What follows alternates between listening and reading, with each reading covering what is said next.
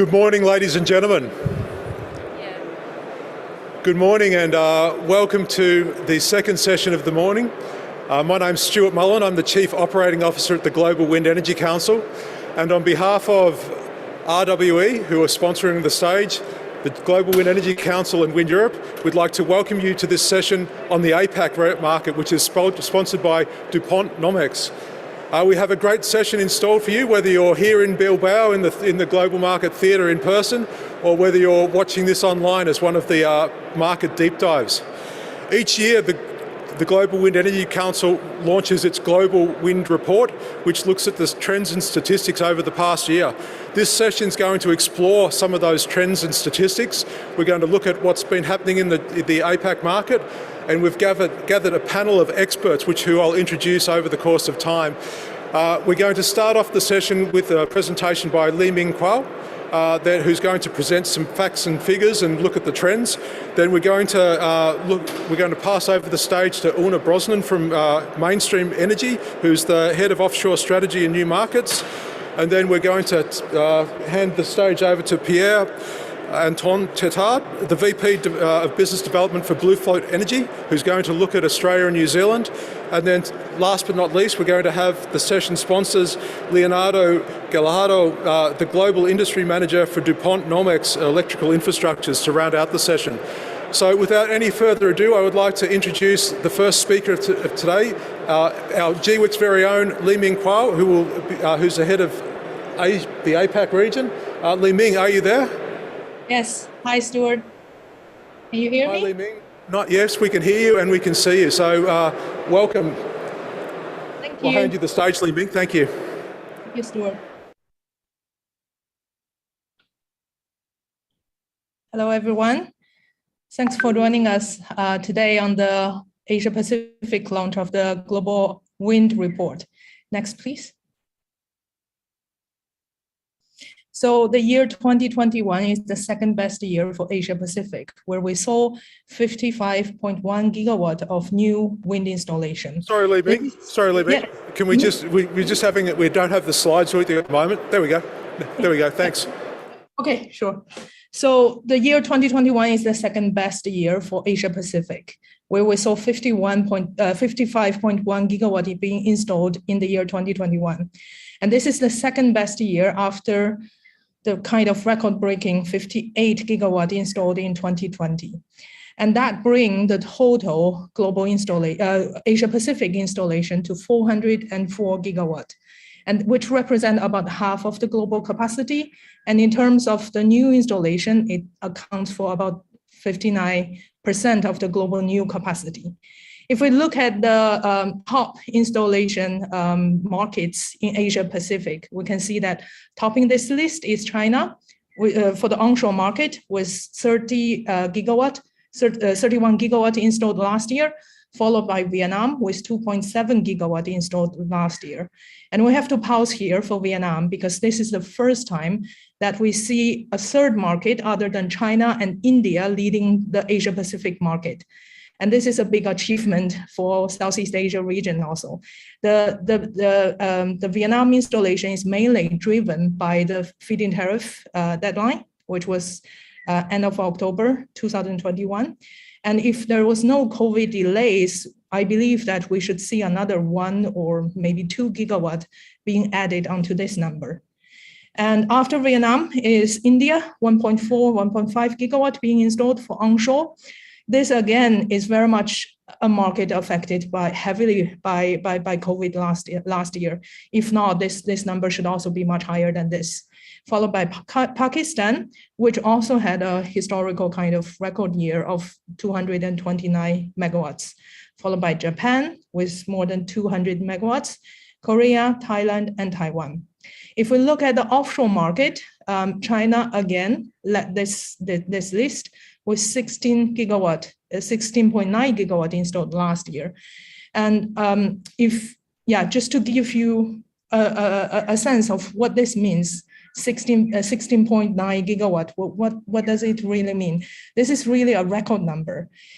In the year of 2020, the global new installation, the whole global new offshore wind installation was only 6 gigawatt. And last year, China installed about almost 17 gigawatt. That's more than two times of the previous year's global new installation. And this is very much like the highest number that we've seen in a single market for the offshore wind installation. This is also very much driven by the deadline of the FIT for the offshore wind. And after China, the second largest offshore market is Vietnam again, which has 779 megawatts installed. But just to highlight, majority or most of this installation is the intertidal projects. There's so far no real offshore wind being installed in Vietnam. The first generation of the real offshore to be installed in Vietnam, we expect to be like post 2025. And after Vietnam is followed by Taiwan with 109 megawatt installed. This number, if we're not affected by COVID, should be something around 1 gigawatt. But last year, because of COVID, lots of constraints on logistics, on talents moving into the market really caused huge delays in the Taiwan offshore wind installation. Next, please. This is the global top 10 list. This is just to give you another sense of where the Asia Pacific market are. If you look at the top 10, you can see that the majority of the new wind installation for both onshore and offshore are happening with the top 10 or top five markets. For the onshore market, top 10 accounts for about 80% of the total global installation. And China accounts for about 42%, and followed by US 18%, Brazil 5%. And again, Vietnam ranks number 4 in the global market, which is for the first time that Asia Pacific market other than China and India enter into the global top 10 / top 5 list. And then followed by Sweden, Germany, and India ranks number 8, which accounts for about 2% of the global onshore market. And if we look at the offshore market, again, the global top 5 markets accounts for about 99% of the global offshore installation last year, where China accounts for about 80% and Vietnam about 4%. That's the kind of like the place of the Asia Pacific markets where they are in the global top 10 list. Next, please. And then if we look at the top 3 markets in Asia Pacific, like we've said, China for the onshore was installed with 30 gigawatt, which is a quite high number, but this was like 39% down from the year before. And the year before, the record high number in 2020 was driven by the FIT deadline. So basically that means the 30 gigawatt that were installed in 2021 were actually kind of without the subsidy, is the first generation or the first batch of the subsidy-free onshore projects in China. For the offshore, like we said, the 16.9 gigawatt was very much driven by the FIT deadline, which means from next year, we're going to see offshore wind also kind of reach the grid parity in China. The second market, Vietnam, like we said, it's a record year for Vietnam, both for onshore and for offshore.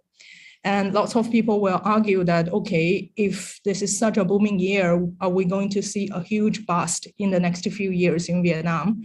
The answer is actually no, because what we've seen is that towards the end of last year, around COP26, we've seen the Vietnamese government committed to the net zero target, which actually translated into very concrete government resolutions in their power development plan. And where we've seen very high ambitious for both onshore and offshore wind targets being put into the current PDP8 plan, which is still being finalized by far. But we're likely to see for the onshore wind between 14 to 24 gigawatt of target by 2030, and also a very high and ambitious offshore target of 7 to 8 gigawatt by 2030. So with all this target being driven, with the government really serious about net zero, we believe the Vietnam market will continue to be a very strong market in Asia in the next 8 years leading up to 2030 or beyond 2030.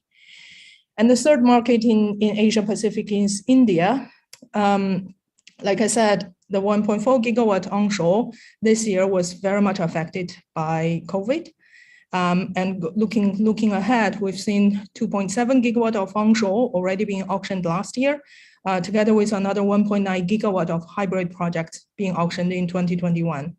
And the country is also driven by a number of different COP26 or net zero kind of related commitments, which will give huge impetus for the renewable and wind development in the next few years. Next, please.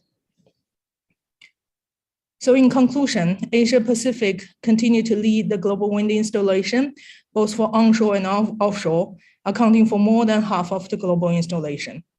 And last year, we have to say that COVID has been affecting the region heavily, and a number of the key markets, Vietnam, India, and Taiwan, has been heavily affected. Otherwise, the installation number in these markets will be much, much higher than this. And number three is that the market installation, the record level of installation in a few markets in the past 2 years has been driven by the FIT deadline, such as Vietnam, China onshore and offshore. However, we continue to see stronger kind of like driving forces beyond these FIT drivers in the future years. So we believe that all this market will continue to grow with strength in the future. And the last point is that Southeast Asia is really start to emerge as a new driving force in Asia, led by Vietnam. And this is just the beginning, because we now also see huge development and huge kind of appetite and government ambitions in the Philippines, in Thailand, and also Indonesia in the region. So yeah, Vietnam's leadership and emergence in the region is just the beginning of that whole process. And this whole process is also very much driven by the net zero commitment in different countries in the region. So that's about it from me on the overview of the Asia Pacific. I'll hand it back to you, Stuart. Thank you very much, Li Ming. Thank you very much for that very insightful overview of the market. It's interesting that you see so much happening in Vietnam. It's quite interesting. Our next speaker, Una Brosman, Head of Offshore Strategy and New Markets at Mainstream, is going to actually talk about emerging offshore wind markets in Southeast Asia, and in particular have a deep dive into Vietnam and what's happening in the Philippines. So Una, the floor is yours. Thank you. Thank you very much, Stuart, and welcome all. Just to give you a bit of context and a bit of background, Mainstream Renewable Power is a pure play developer. We're, I suppose, at the heart of our DNA, we're really active in emerging markets, both in onshore wind and offshore wind and in solar. And you may have seen us quite active in I suppose, the earlier markets of Chile, South Africa, and now more recently in Vietnam. As Stuart mentioned, we're particularly active in Asia at the minute. I mean, looking at I'll specifically talk about offshore wind, and it's really heartening to see the opportunity there. I mean, looking at the climate emergency we've got at the minute and energy security, some of the discussions we're having are pivotal, and looking forward to 2030, 2040 and 2050 targets. Let me start with, I mean, you know, the crux of this is getting clean, affordable and reliable power out to the market, and particularly in these emerging markets. We need to bring some of the knowledge and lessons learned from Europe in particular into these markets for offshore, and make sure that we can really drive the growth trajectory here and accelerate the supply chain and bring communities along the way. So stakeholder engagement, particularly for Mainstream, has been at the heart of our conversations, particularly when we go into engaging with the government stakeholders, but equally then at a community level. So let me start with Vietnam. Vietnam very much is leading the way in offshore for Mainstream. We do have other projects. You may have seen a recent announcement around our market entry in Japan, but very much our flagship projects are sitting in Vietnam at the minute in the offshore space. Vietnam, as you may have heard at the COP26, they set their 2050 goals. They've agreed to bring in a phase out of coal by 2040. And they've got some strong challenge or objectives and targets around renewable electricity, looking at about 12% of it being generated by 2035 in particular. Looking at the sites that are out there in offshore wind at the minute, they're quite favourable. You're looking at a number of the sites located with good wind, relatively close to demand centres.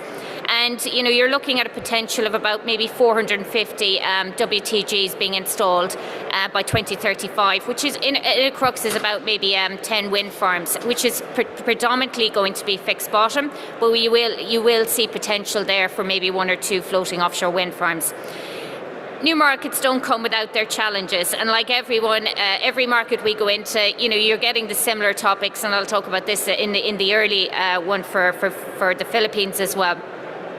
Particularly from a developer's perspective, we like certainty and clear visibility on route to market. And some of the challenges we're uncovering in Vietnam at the minute are very much around, I suppose, the PDP 7, PDP 8, and looking at how we bring some of our projects to fruition. We've got about 1.9 gigawatts in development pipeline there. Our first flagship project is going to be Soc Trang, which is in the Soc Trang province as such, and it's going to be with Phu Con, who's our partner, our local development partner there. You may have heard that the PDP 7, the tariffs there ended at the end of November. So this brings with some challenge on how we bring our projects to fruition, and very much looking at working with stakeholders and how we overcome this. There have been some plans in there, and this is where the uncertainty comes. Looking at draft proposals have been put out, which are looking at about a 3-year PPA arrangement, which will be reviewed on an annual basis. That doesn't really give you the comfort, I suppose, as a developer, looking at your revenue lines and then talking to investors as such. So we need to work with the government and the stakeholders to see how we enhance this. From a grid perspective, there's a lot of challenges. We talk about this in pretty much every market we go into, whether it's grid reinforcement or we're looking at curtailment challenges. And very much, at the heart of how we're going to overcome this. Can we look at private industry? Again, always a good conversation to have. Another probably a slightly different one, which we've come across as well, is in regards to currency and looking at some of the support mechanisms and looking at the challenges and the requirements around having a Vietnamese dong requirement over a US dollar. That is bringing some of its challenges when it comes to financing some of the projects. I'll move though, where there is challenges, we also have opportunity in particular, and PDP 8 really does, it is starting to give us confidence. It is, it's the start of a route for phasing out of coal in country. We're looking at about 7 gigawatts of offshore wind potential, looking at building out to 2030. And this brings, massive potential when it comes to investment. So you're looking at the order of about 20 billion. And that brings tens of thousands of jobs. This has all been documented. I suppose it would be really good, if you are interested in Vietnam, have a look at the World Bank has outlined a roadmap actually for Vietnam offshore wind, and I think that would be a really good read if you have some time. And again, coming back to the big crux of it, energy security and looking at the phase out of coal. This is a huge opportunity, not only just to address the climate change challenges, but equally then security of supply in today's market is quite a challenge. So from a developer's perspective, what are our asks? I mean, it's clear route to market and confidence that we have a place, a revenue trajectory as such to bring a project to fruition. So looking at the financing side, looking at an FIT program, having confidence around that, making sure that it's robust. Our first project is probably going to be one of the first projects in Vietnam that's going to come with international finance. So again, that's a stepping point and a move forward for the Vietnamese market. When it comes to permitting, we talk about, you've heard it probably across the floors here over the last couple of days, confidence and how we drive the permitting process. Looking at marine spatial planning, how we can coordinate this within governments, looking at confidence and accelerating some of the permitting processes, making sure that we've got adequate resources at stakeholders and looking at streamlining the processes to make this work a little quicker. And again, of course, auctions, having route to market. This is something we talk in every new emerging market. Perhaps looking at maybe biannual auctions where you've got sight of what's coming. But it's not just for the developer, it's for investment from within the supply chain. It's looking at investment within infrastructure. It's a really, really important thing that you have strong visibility of your pipeline, so you have the confidence, you can access the markets then to get that investment as such. So enough about Vietnam. I'll move forward onto the Philippines. This is not as advanced as the Vietnamese market. Mainstream has been active there since 2016. We've got an office in there, predominantly on the onshore side. But it's a very interesting offshore market emerging. You may have seen the World Bank has issued some draft plans around its roadmap. It's gone to consultation. It's taken final comments in. And it's looking at finalising those documents at the minute. Philippines is a little different. It doesn't have net zero targets. It is heavily dependent on coal. So looking at working with the stakeholders here on how we can build a business case in driving renewable energy within the country. We need to work, and this is part of we talk about the just transition, particularly in the UK and in Europe.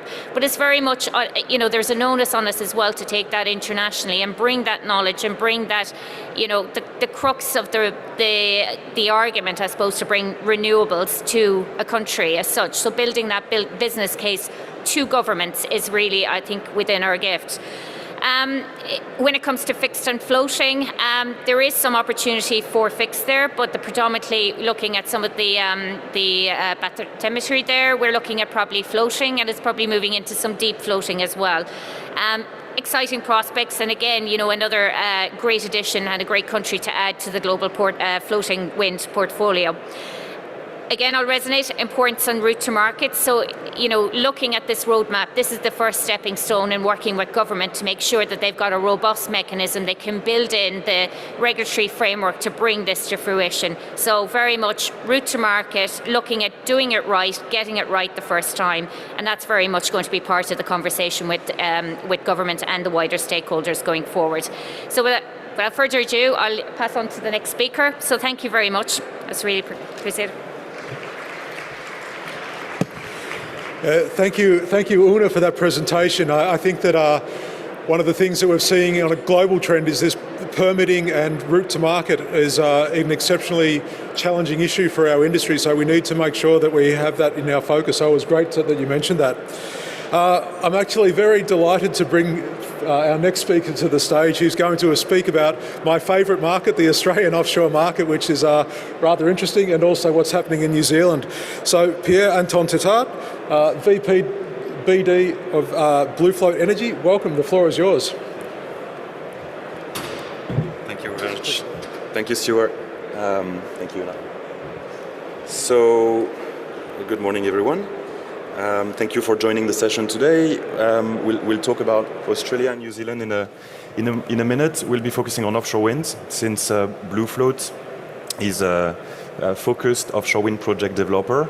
We develop projects on a global basis. We do that in partnerships with local partners, headquartered in Madrid, but we're very much a global company. We launched our activities in 2020, and over the past 2 years have secured a number of partnerships, entering a number of markets. We announced 6 markets to date, but are active in a few more that we will make public in the coming months. We have a pipeline of about 14 gigawatts of potential capacity across those 6 markets. I encourage you, we have a stand in Hall A. I encourage you to come and pay us a visit and have a conversation about those activities we have. Focusing on Australia and New Zealand, I would say Australia is one of those markets that a couple of years ago or some time ago, maybe the industry was looking at it as one of those very large markets, very low density of population with immense and vast spaces available for onshore wind and solar. And so the focus was not so much on offshore wind. So it's one of those markets where for offshore wind, what's been revealed is that maybe we can either, instead of focusing on the cost of offshore wind, maybe also focus on the value of offshore wind. And that's very much what we look at when we look at new markets, is how offshore wind can contribute to an energy mix in the short to medium term, and into an energy strategy for regulator, for government in the longer term. So that was our approach for Australia. I of course forgot my glasses, and I'm a bit myopic, so I can't really read the slides today. But so for Australia and New Zealand, we do observe that Australia has quite an important thermal power-based power system, which needs to be cleaned up. It is a market that has a net zero target for 2050. Currently has 23 gigawatts of installed renewables capacity. No offshore wind yet. We believe this is in the making. The World Bank has announced or has published a report showing that there is a technical potential of about 5 terawatt of offshore wind. And more recently, and that's an important news, about 2 weeks ago, the government of Victoria have announced officially a target of 9 gigawatts of offshore wind by 2040. And 2 days ago, the same government announced that they would focus initially on an area that's called the Gippsland area, which is south of Victoria, where we are developing one of our projects in Australia. We'll get to our project in a minute. In New Zealand, a different market, a different story. The market has about 9 gigawatt of total installed capacity, largely dominated by hydro. The fundamentals for offshore wind in New Zealand are very different to Australia.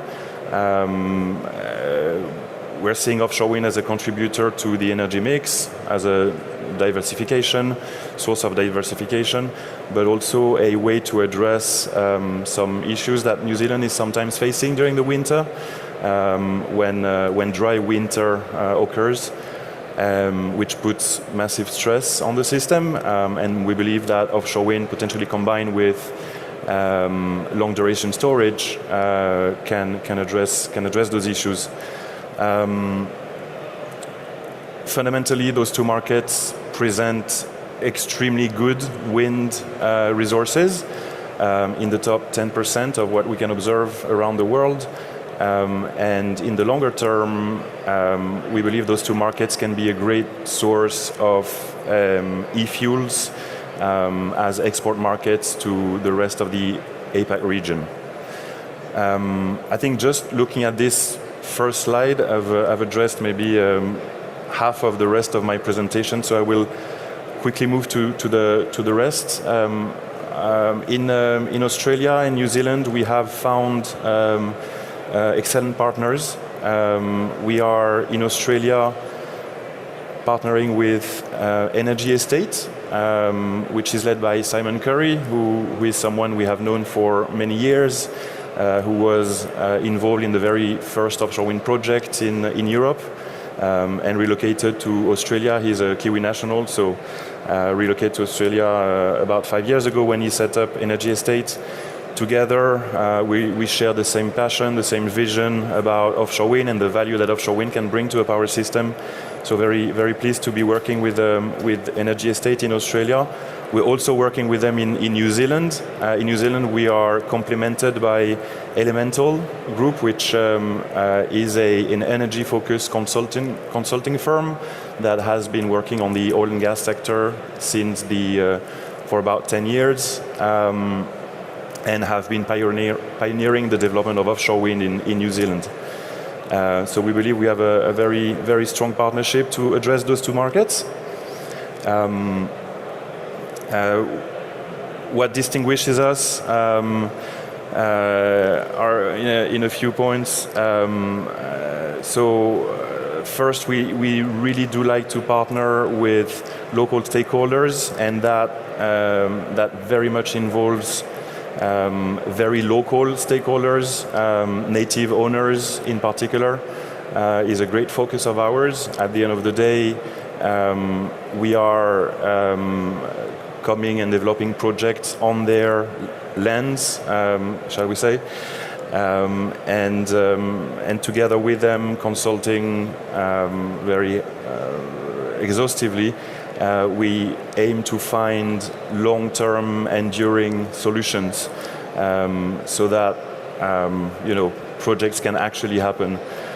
We've experienced so many times that by not engaging early enough with local communities, development process can be slowed down, and that doesn't bring the confidence that then regulators and politicians need to then actually support the development of this new sector that is offshore wind.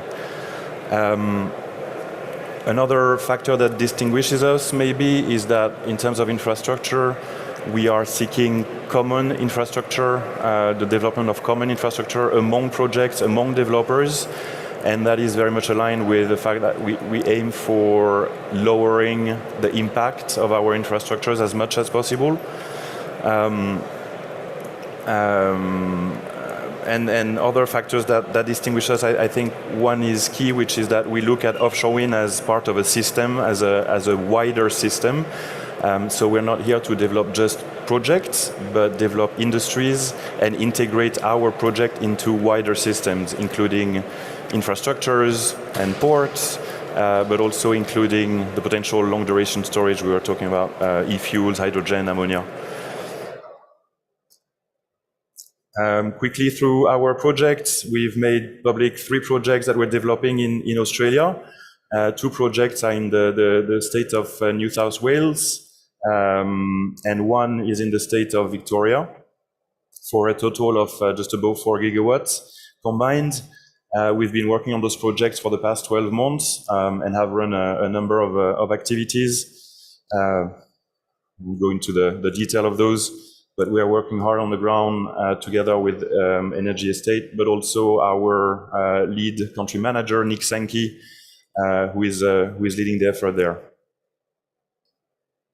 In New Zealand, we have not yet publicly localized the project that we are interested in, or the location that we like in New Zealand, and that's very much linked to the fact that we wish to consult with a number of local stakeholders, including the native owners in New Zealand that are, we believe, paramount in the future success of New Zealand.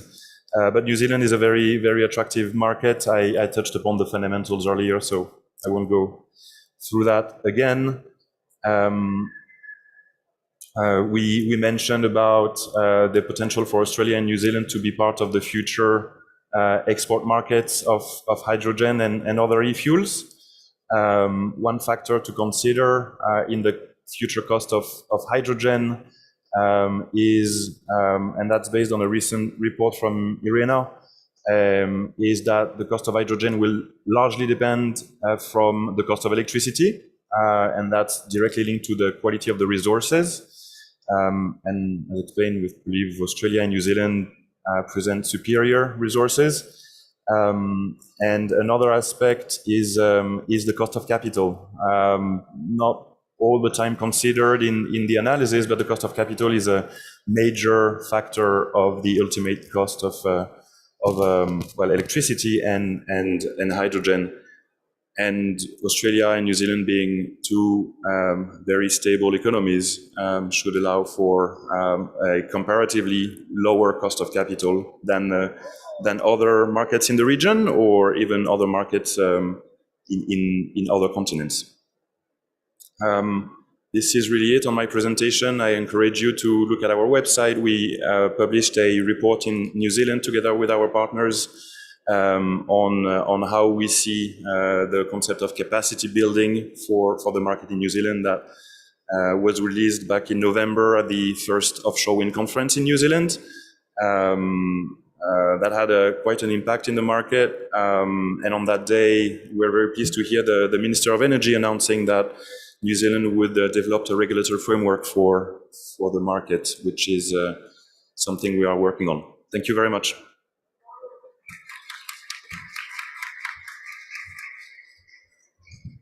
Thank you very much, Pierre, for that fascinating presentation. The Global Wind Energy Council is doing a lot of work in offshore wind in Australia with the Australian government. If anyone is interested in hearing more about offshore wind in Australia or would like to work with GWIC in working with us in looking at offshore wind in Australia, please contact myself or one of my colleagues at the GWIC stand to your right after this session. I'd like to introduce our final speaker of this evening, or this morning rather. We have Leonard Gajardo from DuPont. Leonard, can you hear us? Leonardo, sorry. Yes, I can. Leonardo. Yes, good morning, good afternoon, good evening. Thank you very much. And you're going to present an overview of Japan and Taiwan offshore wind, I believe. That's correct. Thank you very much. So we'll start your presentation now. All right, thank you. Can you see your slides? Yes, I can. Great, thank you. All right, so we'll start with a quick overview of the market highlights of both countries, Japan and Taiwan.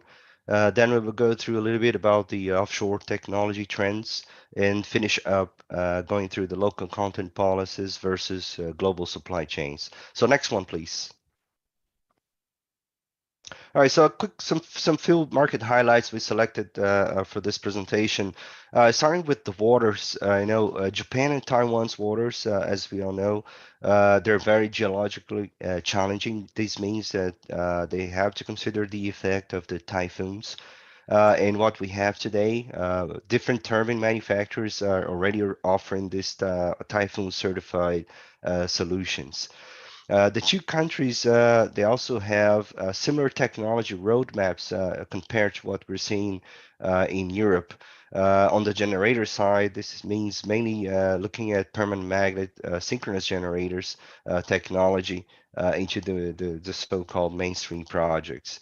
When we look today at the project pipeline in Japan, we have both Siemens Gamesa and Vestas pretty much holding the majority of these projects. They were already announced and won, with roughly 75% of them with turbines above 8 megawatts. That also repeats itself in Taiwan, but this time the difference is roughly 100% of the turbines announced are above 8 megawatts. When we look at specifically at the market in Japan, with such respect for local players, what we've seen is that they're getting together and they're reorganizing themselves in order to tackle their own market. So what it's really started back in 2020 when MHI Vestas was the JV was acquired by Vestas, and then right after MHI Vestas Japan JV was established to focus in this particular market. By May 2021, GE and Toshiba announced a strategic partnership focused in the offshore wind market. And I guess the most recent news, which happened by late December last year, was this Mitsubishi-led consortia, which was awarded one of the largest projects in the region, a 1.7 gigawatt, coming with announcing with GE turbines. So next slide, please. So I know Liming talked a little bit about the numbers. I won't discuss too much on this, but I think I just wanted to highlight 2 points. One is when we see the bars in blue, this is Taiwan, and Taiwan is ahead of Japan and ahead of also some other countries in the region compared to offshore wind installations. But what we're seeing towards 2024 and on is the pickup, in this case from Japan, compared to these other countries. The local government is investing a lot in offshore. This is going to have a big impact starting 2024 up to 2030 and on. And on the right side, you have a table. So just to compare where the two countries are compared to other players in Europe and in China, for example, but also the other players in APAC. Next slide, please. All right, so when we talk about technology trends in offshore wind, what we see is the same technology trends will fall in both Japan and Taiwan, which are the larger and more powerful turbines. Today, under development 16 megawatt. We expect it will go up to 20 megawatt by the end of this decade. A higher voltage for the transmission. So between the transformers and the offshore substation, today 66. We also see a potential increase to 132 in the near future. Connection between offshore and onshore using HVDC to lower the losses. The booming of floating offshore, I think is happening everywhere, will also happen in Japan and Taiwan. Medium to high voltage generators, moving from the low voltage also to increase the performance. And also what we're seeing, the hybrid transmission systems, or what we call so-called power to X systems. In the end, what we need is a technology that needs to develop fast, but also to enable the sustainable growth of this industry. Next slide, please. So when we focus at larger turbines, this creates benefits and challenges. I guess the benefits are straightforward, right? The higher output for the developers, which yields a faster ROI for the projects. However, this comes with challenges, right? The weight and size limitations for offshore equipment, the need for extreme reliability as we start going and moving further offshore. And also continuous focus in sustainability. So what we have is that new solutions, they are required for more compact, reliable, and sustainable equipment with extended lifetime. Next one, please. So when we look today, global offshore wind manufacturers have already adopted our solutions that do tokenomics installation systems in most of their electric equipment, focused in their cost reduction from a total cost ownership point of view.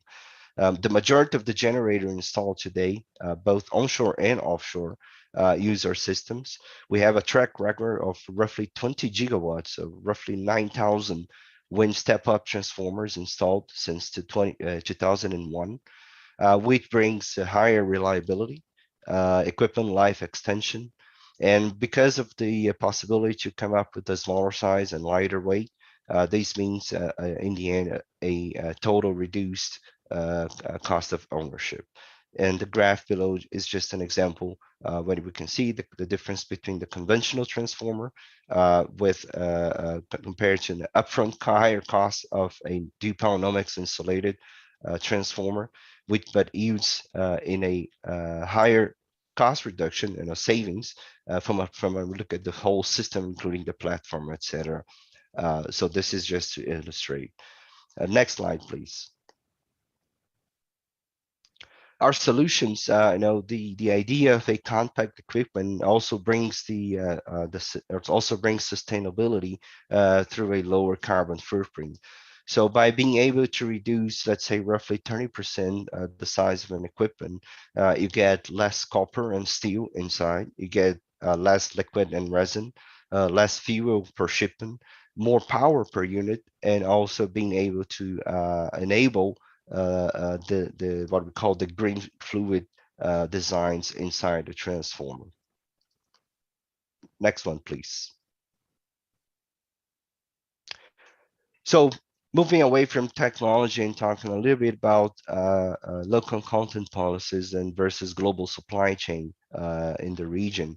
What we see today in Japan and Taiwan, they both have local content policies set at 60% for the upcoming projects. When we look at the three key major the Western turbine manufacturers, what we see how they are set up. They have specific manufacturing sites around the world, but they also enjoy a global supply chain network. And some of them are setting up local assembly factories in some of these countries. We understand that local content policies are very important to the development of the local industry, but we also understand that we need to have a healthy supplier base. Otherwise, it is possible that the local player is not able to deliver. We would also view that the supply chain network in APAC, they should complement each other, meaning one country should be focused in manufacturing one part of the equipment, example, cell factories in Taiwan, or potentially shipbuilding in Japan. This would concentrate its strengths and potentially bring the cost down.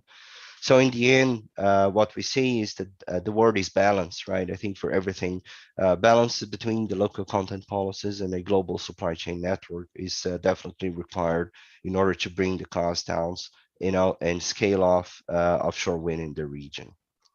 Next one, please. So we at DuPont, we have a global capability from a manufacturing point of view, but we also have local solutions.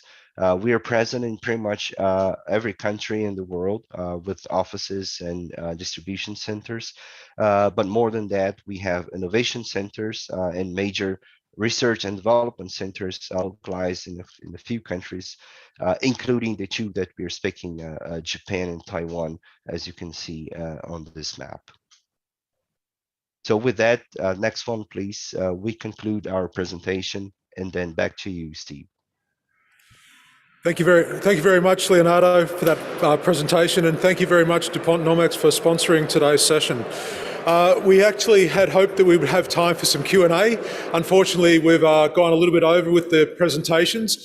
Our speakers will be getting demiked, and so they'll be around for the next 5 minutes or so. So maybe if you have a question for either Una or Pierre, please let us know. Just stop by and have a chat. Otherwise, if you have a question online, please submit your questions in the chat. And all of these videos or all of these sessions are being posted to YouTube, and we'll try to answer the comments or answer the questions that you may have in those channels. That concludes the APAC session. We're having a session on the unmissable opportunities in Korea in about 15 minutes' time. So please go and grab a coffee and join us in 15 minutes' time. We look forward to seeing you, and have a wonderful rest of the day. Thank you. Thank you. Bye.